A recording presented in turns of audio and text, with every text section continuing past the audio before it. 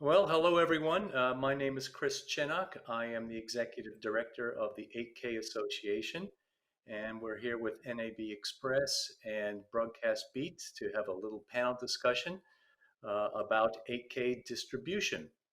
But to get started, I wanted to give a little overview of the 8K Association just for background purposes, and then I will introduce our panelists and we'll get right to it. So first of all, the goals of the organization, the 8K Association, is to really to promote 8K TVs and 8K content to both professionals and consumers. To date, we focused mostly on professionals, but we are now starting to shift gears and focus more on consumers as well.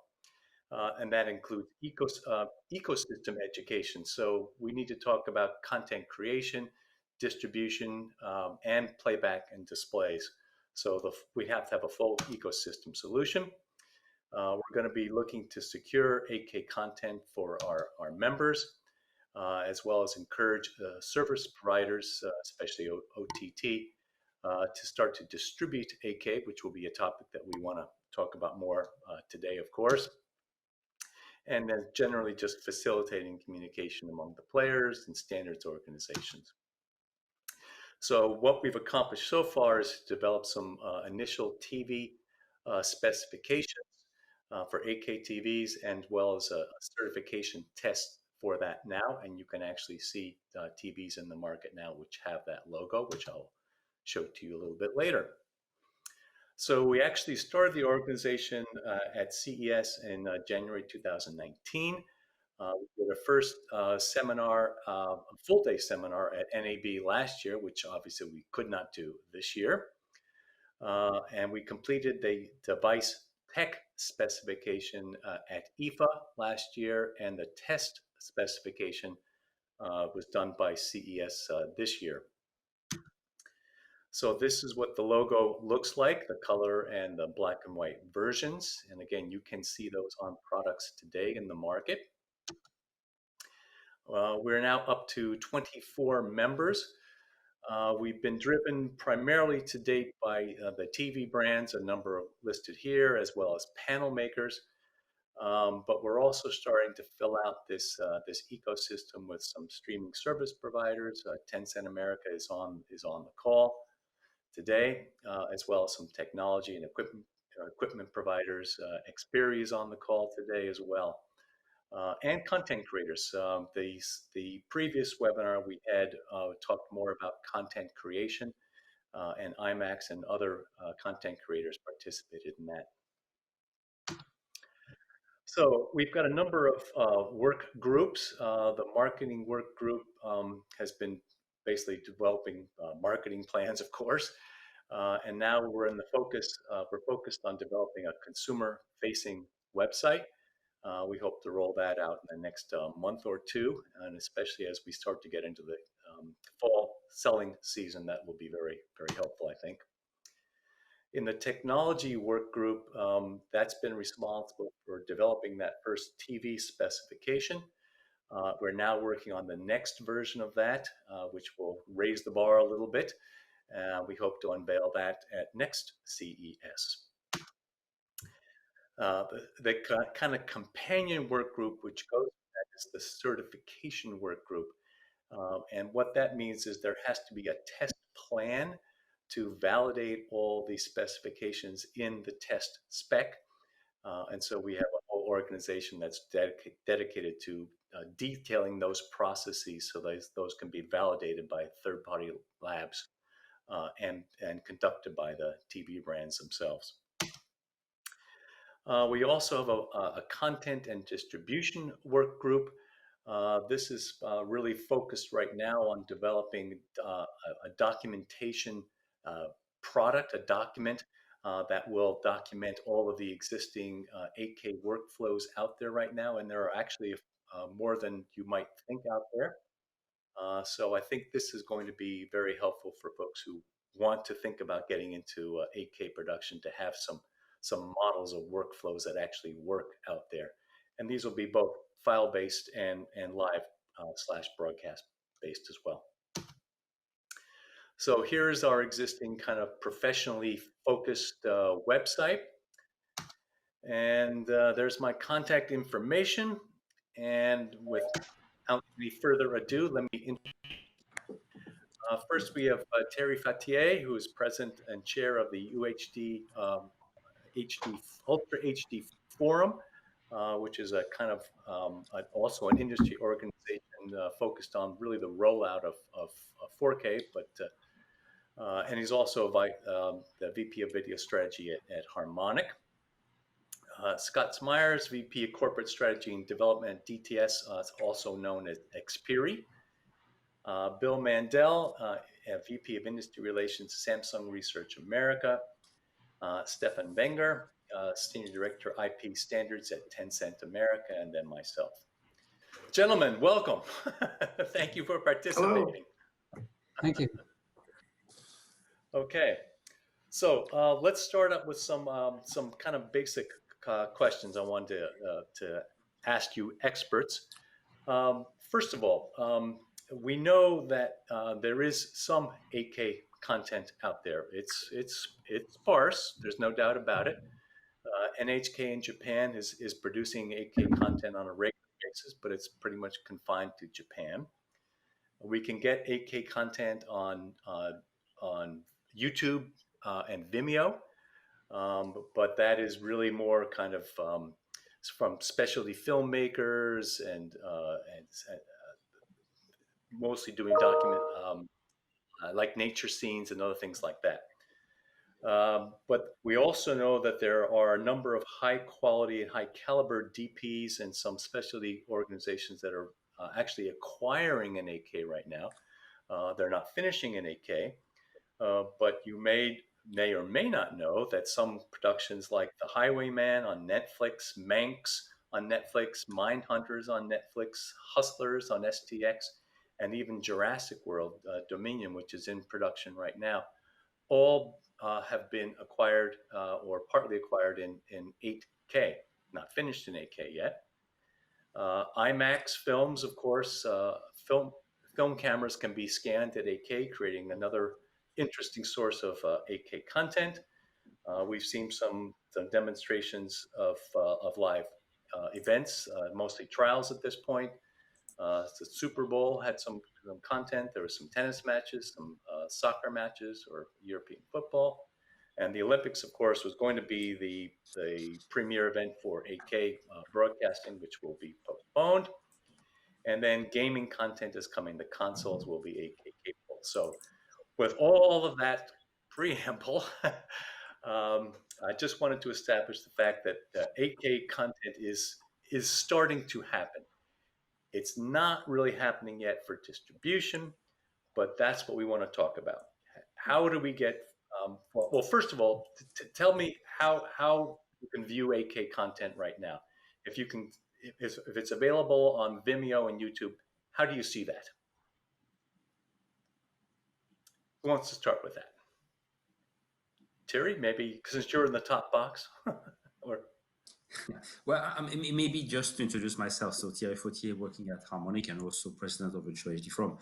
We have done ourselves some production of a very high quality soccer match in Argentina, and we wanted to show that at NAB. Obviously we can't, but it is technically possible today to do, I would say, a VOD production of very high quality sports content. And of course, we saw the preliminary results on 8K TV, and it's looking really good. So you can produce content today. Live is a bit more complicated because you heard Japan has put a tremendous amount of money, and they are disappointed not to be able to demonstrate it today, but it was very limited to Japanese market. So what we are looking at is more what Samsung is doing to open a real app store where 8K content will be available for everybody worldwide in streaming. And this is where the compression is a very important factor. 85 megabits in Japan today.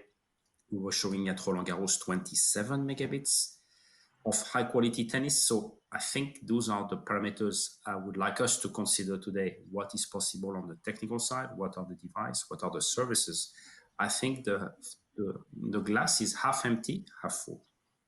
It seems like I think the app you mean the Explorers, because those filmmakers in France that have been we demonstrated it last NAB actually at the 8K Association thing. We had a clip from them for the demo, and they're on an app on some Samsung TVs in 8K right now, and you can stream that live, as well as the European services, Chile and Amigogo. They also are carrying some 8K content from those filmmakers. Kind of on the more user-generated side, the S20 phones that came out a few months ago, those will record 8K SDR, and you can watch that by putting it up to YouTube and then bringing it back down to your 2020 Samsung TVs, and you'll be able to watch it in 8K. And there's quite a bit of content on YouTube, more than just the documentaries and stuff. If you do some searches, KBS, I saw, has a lot for music up on YouTube in 8K, and all of that can be watched through the YouTube app in 8K smart TVs. So it's coming, but it's just starting. KBS being Korean Broadcast Service or System, I believe, right? K-pop, yeah. They have a K-pop channel. So how is the this content formatted? Is it HEVC? Is it AV1? Is it AV9? Do you know, Bill? It's all of the above. And I think the others here too would be able to say, but you'll see a lot of HEVC if it's going to the app, like the Explorers. Off of YouTube, you'll see mostly VP9, but also AV1. At CS, we were in partnership with YouTube, AV1 streaming in 8K.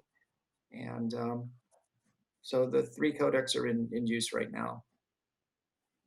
Okay. So actually, let's talk about those codecs just a little bit. Yeah, the MPEG conferences, well, virtual conferences were just carried out a couple of weeks ago, and I think some of these new codecs were discussed. So let's get your opinion on each of these codecs. I know VVC is one of those. EVC is another one, and LCEVC being a third. So maybe Terry, you want to dive in with your pluses and minuses on each of those codecs? Yes, you know, this is my weak point when you start me up on codecs. So maybe we should start what exists today. And I want to give, this is not a secret. So NHK today, VBR encoding in satellite is 85 megabits per second. And this is something which has been built and designed, I think 3 years ago, if you know the Japanese planification process. So what Harmonic was showing at Roland Garros in the French Open was basically not live, but we were able to take it offline. And we were showing, using cloud-based technology, using content-aware encoding, we were showing something between 25 and 35 megabits per second. Now, the benefit of HEVC, it works on all the devices that exist today, being 4K TV or any 8K TV can support that. So there's a lot of benefit to use an existing codec on existing device. Yes, you can think of next generation codec, and for me, next generation is beyond AV1, since AV1 is not really better than HEVC. But think about VVC or EVC. In few words, EVC minus 25% compared to HEVC, VVC potentially 50% lower compression than HEVC. Now, if I tell you, you are on a fiber network, on a 5G network, and I'm streaming HEVC at 40 megabits per second, is it acceptable? I think so. If you want to have large scale, huge stadium and big, large broadcast of 8K to many subscribers using IP technology, you probably need a new codec. But I think for the next 3 years to come, will be with probably HEVC and AV1 on supported device. And then when the demand is ramping up, we can think of next generation codec being VVC or EVC. But I think we're already in a much better shape with better compression, modern tools, and of course, this can also be available live in the coming quarters. Okay.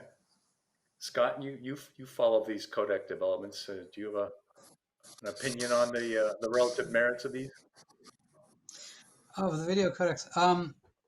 Yes, but I wouldn't. I don't want to presuppose or impose my opinions about the video codecs on the audience. But I do want to talk about audio, obviously. And one of the things, audio is. I think consumers would be greatly disappointed with these 8K experiences if they came bundled with stereo.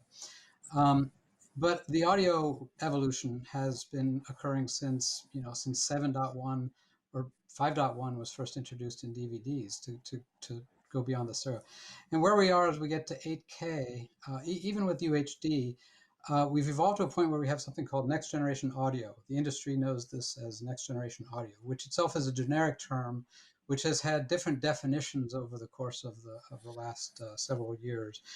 But in general, it generally means that there are height channels. So you think about a 7.1 experience, one example of a next generation codec would be 7.1 plus some height channels.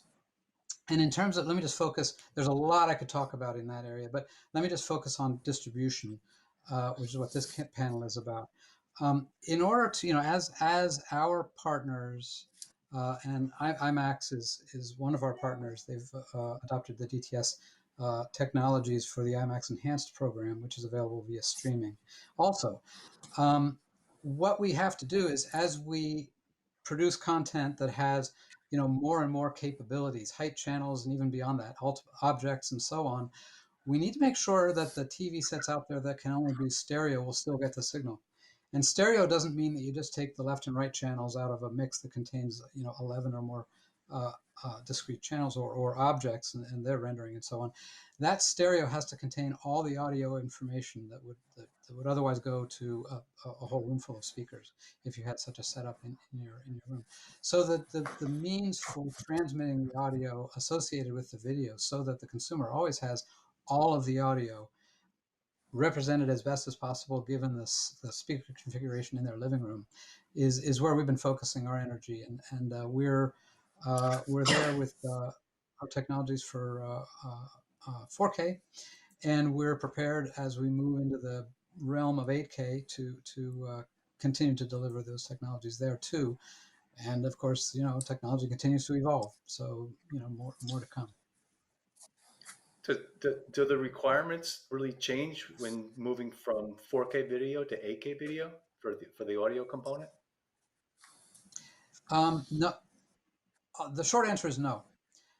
It's not necessary. You could do an SD video with full object-based surround sound experience if you wanted to. Conversely, you could do 8K distribution with stereo if that's what you chose to do. So audio in some sense is orthogonal to the video. You can mix and match however you choose. But the important thing is that you can deliver the full experience that the creative intended in such a way that it be rendered properly based on the living room, the actual living room where it's being watched. Okay. So I suspect most 8K content today is probably in stereo or 5.1. Do you agree with that? 7.1 or beyond. Or beyond. Okay. Now, of course, NHK has a 22.2 channel audio solution, which is going to be a non-starter outside of Japan, I would think. Do you agree? Non-starter outside Japan. It presents challenges because it's 22.2 discrete channels. So you're not rendering objects into a field of speakers, which gives you more flexibility. You're taking 22 discrete channels. And if you only have stereo in your living room, you have to map it down. And that can be done. But the nature of the 22.2 discrete channels, that's a lot of audio channels.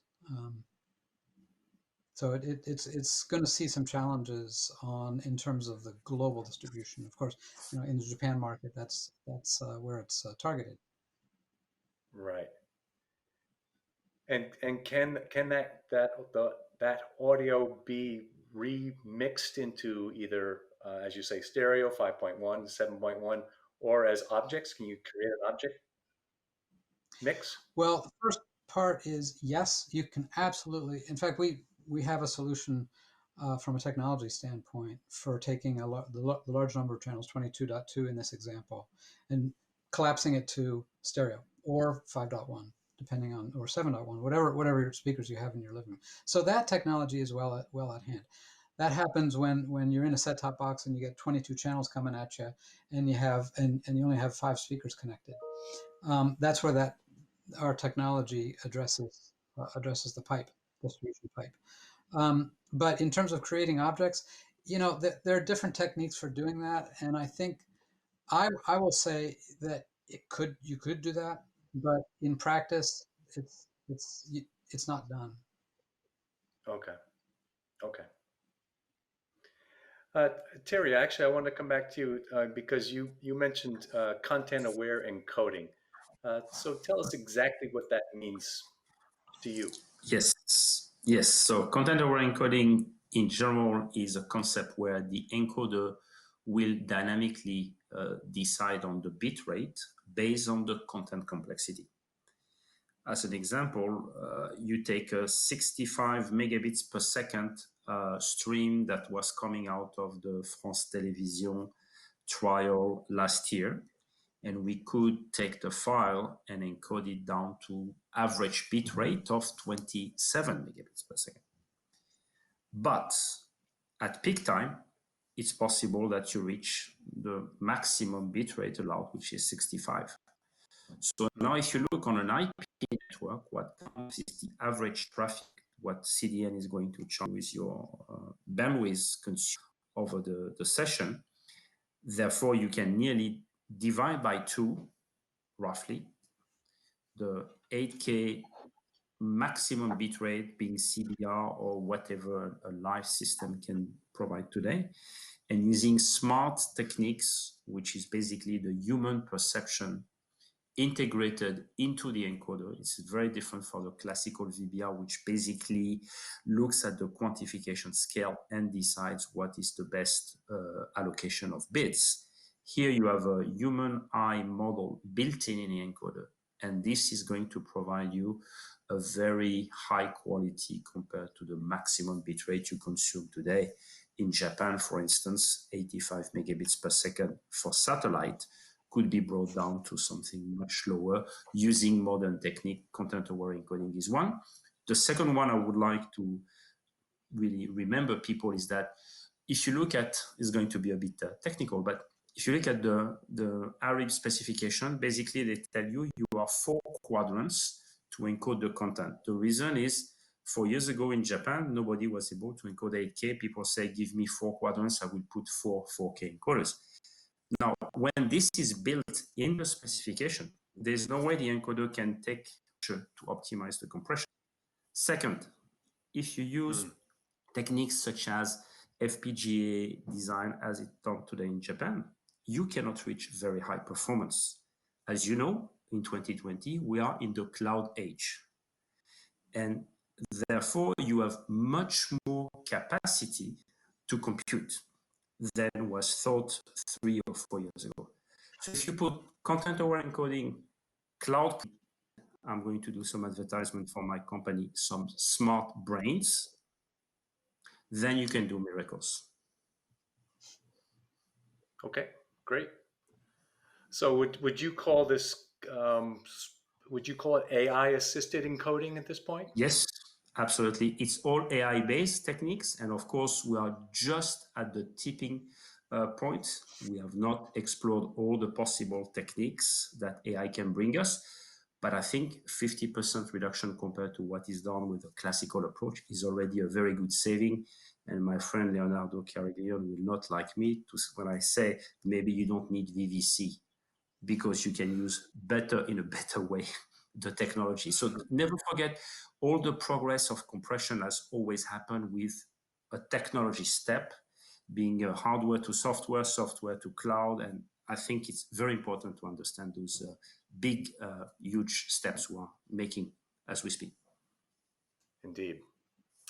So there are actually other AI-assisted encoding approaches out there. Samsung has a ScaleNet process, which Bill, I'm going to ask you about in a minute. I've seen Sharp talk about an AI-assisted encoding process. Fujitsu has another one. And part of this is about taking 8K mastered content and then smartly with AI assistance, down-resing that to 4K and encoding it for distribution, and then using either metadata or encoding information in the stream somehow, using that information to then smartly upscale it in the 8K TV. So, Bill, can you tell us a little bit more about what ScaleNet is and your plans for that? Sure, sure. That's something that we've been showing now at the last couple trade shows. HEVC is basically the 4K codec, and AV1 is essentially the first 8K codec. You can do stuff at easily 35 megabits for AV1 in 8K. So what we've been doing is showing this AI technology called ScaleNet. We introduced it, had a little demo at CES in 2019, showed a little bit of demo in 2020, and then we had a fairly in-depth demonstration at the Samsung Developer Conference last October. What this technology does is it trains two deep neural networks to pick out the relevant portions of the content so that you can do a smart downscale and a smart upscale. So the way it would work in practice, we train it in our labs against a set of images that work through the round trip of scaling and round trip of compression at all the different quality points. So there's actually a stack of neural networks that do all of this. And so then what'll happen is the content provider will put in 8K content or 4K content, and it'll shrink it down just like bicubic or some other thing does in half. So it'll go from 8K to 4K or 4K to 2K. And then they can transmit that using their existing pipes. So with this technology, you can put 8K content through a 4K pipe or 4K content through a 2K pipe. Like if you can only broadcast high def, now you could broadcast in 4K technology. On the TV side, we have a smaller network implemented in silicon on the 2020 TVs that'll do the reverse. So when it gets a bit indicating that the downscale was done this way, it'll undo it, and that network has been trained in conjunction with the downscaling network, so it's smarter at how it paints in the detail, and you get a representative image back that scores almost imperceptibly different with VMAF, and so you're able to then get a 2-for-1. So if you want to transmit 50 megabit HEVC, we feel very comfortable doing that at 25 megabits for 8K, and conversely, with AV1, you can do something at 35 and 8K, or you can and you can be in the to 17 megabit range, which makes 8K a lot more reachable for distribution right now. But it also gives a bandwidth or quality boost to content providers that would want to use this in their normal flows.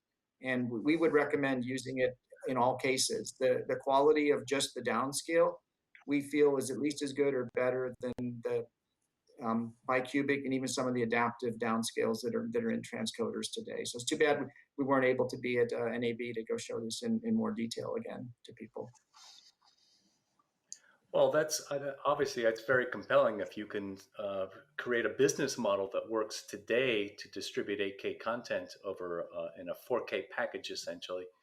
That solved a lot of problems. Now, ScaleNet leverages your neural network and upscaling technology used from the TVs to kind of do the inverse to downscale it. That's a proprietary technology. So can this be standardized? Can others use this, or would this only be for Samsung TVs?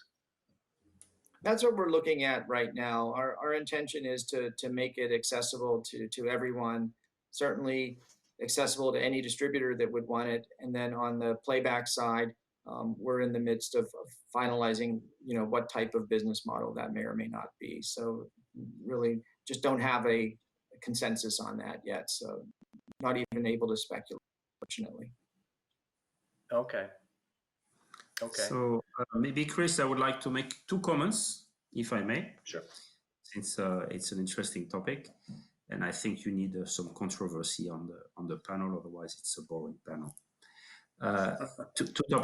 Two comments I would like to make to Bill. First, kudos for Samsung to take the lead on this down conversion, up conversion, and Harmonic was a real proponent of this in the early days of MPEG, and MPEG never wanted to hear about pairing of pre and post processing. So I know Samsung is planning to push that into the standardization pipe. So that's a good news. And what I want to make people aware is that today, if you look at some TV companies showing at CES 2020, you could see some remarkable blind up conversion on 4K content available on 8K TV.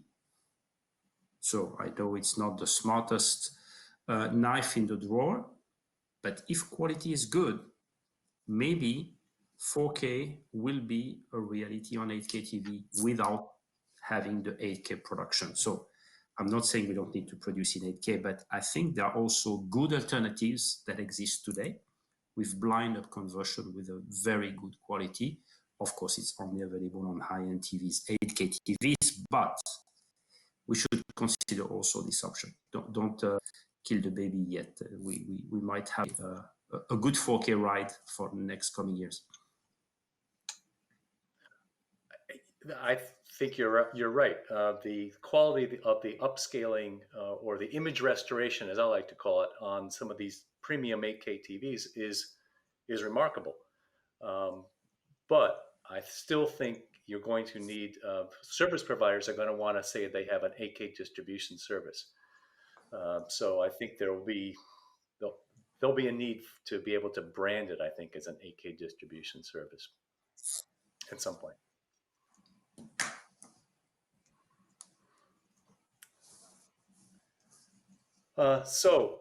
Do you think having this ability to smartly downscale to a 4K package and upscale to 8K, is that enough to get folks like Netflix and Amazon to pull the trigger on an 8K service if it's not true native 8K? And what do you call this service? I think ultimately it will be. That's what we're working on, and that's the aim of the demonstrations that we've been doing. And of course, we've shown this to a lot of people as well. So that's the threshold that you have to pass to see this. But the big benefit is being able to cut the bandwidth in half on everything too, not just the 8K content. So this starts to make it look pretty compelling. Then the next step is really getting to your first question, Chris, which is where's all the 8K content? When can VOD 8K sports, live 8K sports, and can we run it through these things? And so that's what we're going to see over the next 12 to 18 months as the 8K production matures. So, Chris, I would like to one comment on this 8K versus 4K. We have proven, and I think there is a broad consensus in the industry that 8K capture, even on a 4K content, is much better than 4K capture. You see details, you have much higher frequencies. Of course, you have the debate of is it the best capture technique for the motion and the aperture and the field depth of field, which is a bit complicated for discussion today. But we in Harmonic believe that 8K capture, even for 4K distribution, is a real plus. Can you call it 8K service, Chris? You are the president of the 8K Association, so you should think about it. I know.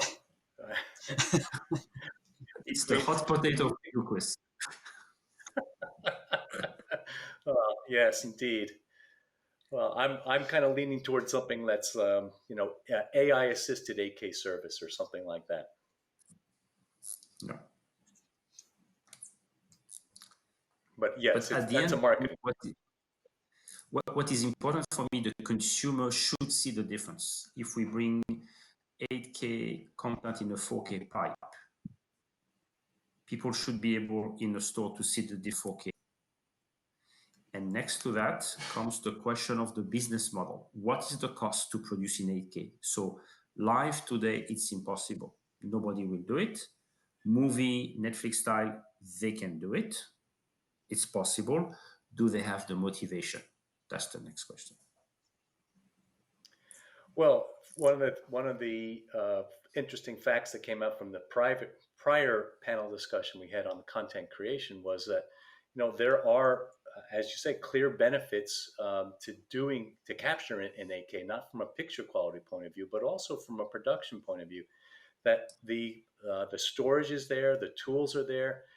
It's just not that difficult to do anymore, and there's a lot of maybe disbelief is the right word that this can be cost effective. So that's part of the education process we need to do as well.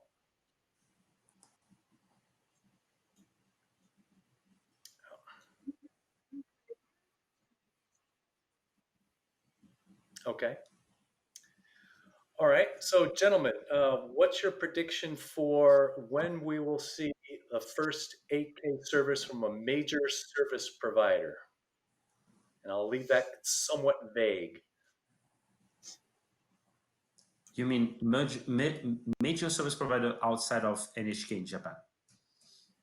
Outside of NHK in Japan, correct. You mean streaming or broadcast or satellite or any of the above? Any of the above. Give me a time frame.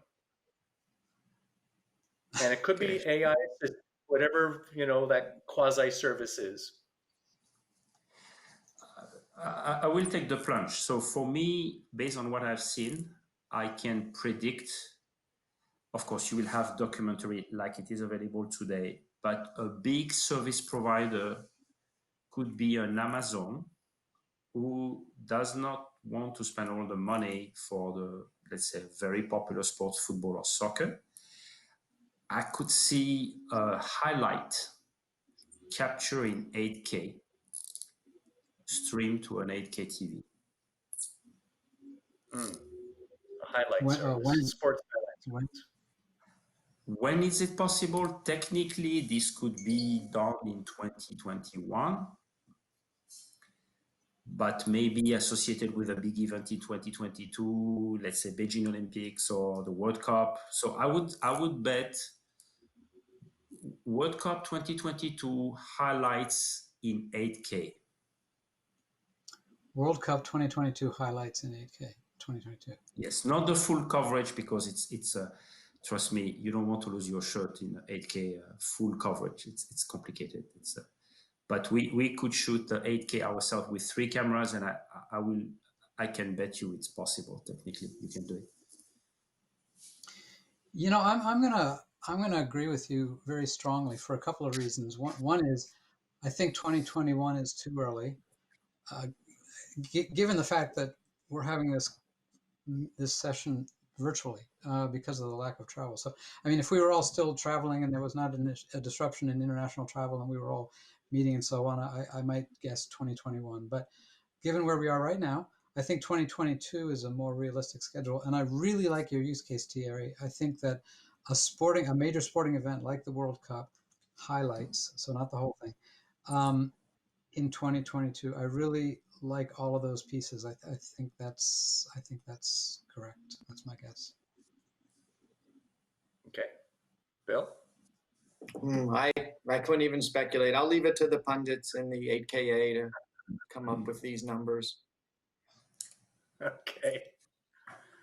But in all fairness, you could see some very easy to produce documentary like the Explorers are showing us today on the Samsung platform. It's possible, of course, it's possible. You can have, now is it a major content providers? This is a difficult question, but technically, yes, you can do it. Yeah, and frankly, I would not be surprised to see kind of smaller tier players, you know, Chile, Migogo, the Explorers, Rakuten TV has talked about doing a service. All those guys kind of can be more nimble and take the chance, I think, and get in and prove the service. and that's when Amazon and Netflix and YouTube might jump in with both feeds. So yeah, 2021, 2022 is, I think, reasonable. And since we have one more year, Chris, I think the Tokyo Olympics could be streamed in 2021, because there was a lot of people who had the cold feet in 2020 say, no, I'm not interested to take any feeds for streaming, but Yeah. you could Tokyo Olympics stream by 2021, COVID-19 helping people saying, yeah, I'm not sure I'm going to go to Japan this year, but why not streaming it in big cinemas? This is a very appealing value proposition to a consumer. You can watch Tokyo Olympics in a big cinema movie theaters. It's possible technically. And why doesn't your sports highlights in 8K work for the Tokyo Olympics next year? That works fine, doesn't it?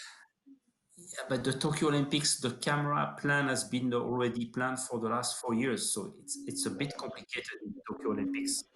Everything is set. I think we have a bit more time. What we need is time and a new target to convince the FIFA to be a bit more adventurous. You know what they did in 2018 with the World Cup in Russia in 4K HDR. It was a lot of guts to do it, and they said we are going to show the world it's possible. Okay. So I bet And we got those the guys. the Beijing Olympics is 2022. Another Beijing is big going to be opportunity. huge in 8K. The Chinese budget is going to be huge.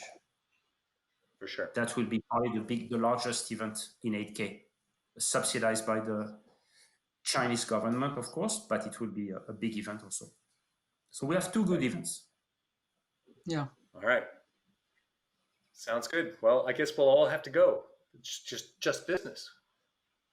Americans can go to China, or you need a special visa? By 2022, I certainly. Quite It will be ready. sorted out. Okay, perfect. Very good. All right, gentlemen. Thank you very much for your time. Appreciate your input and comments.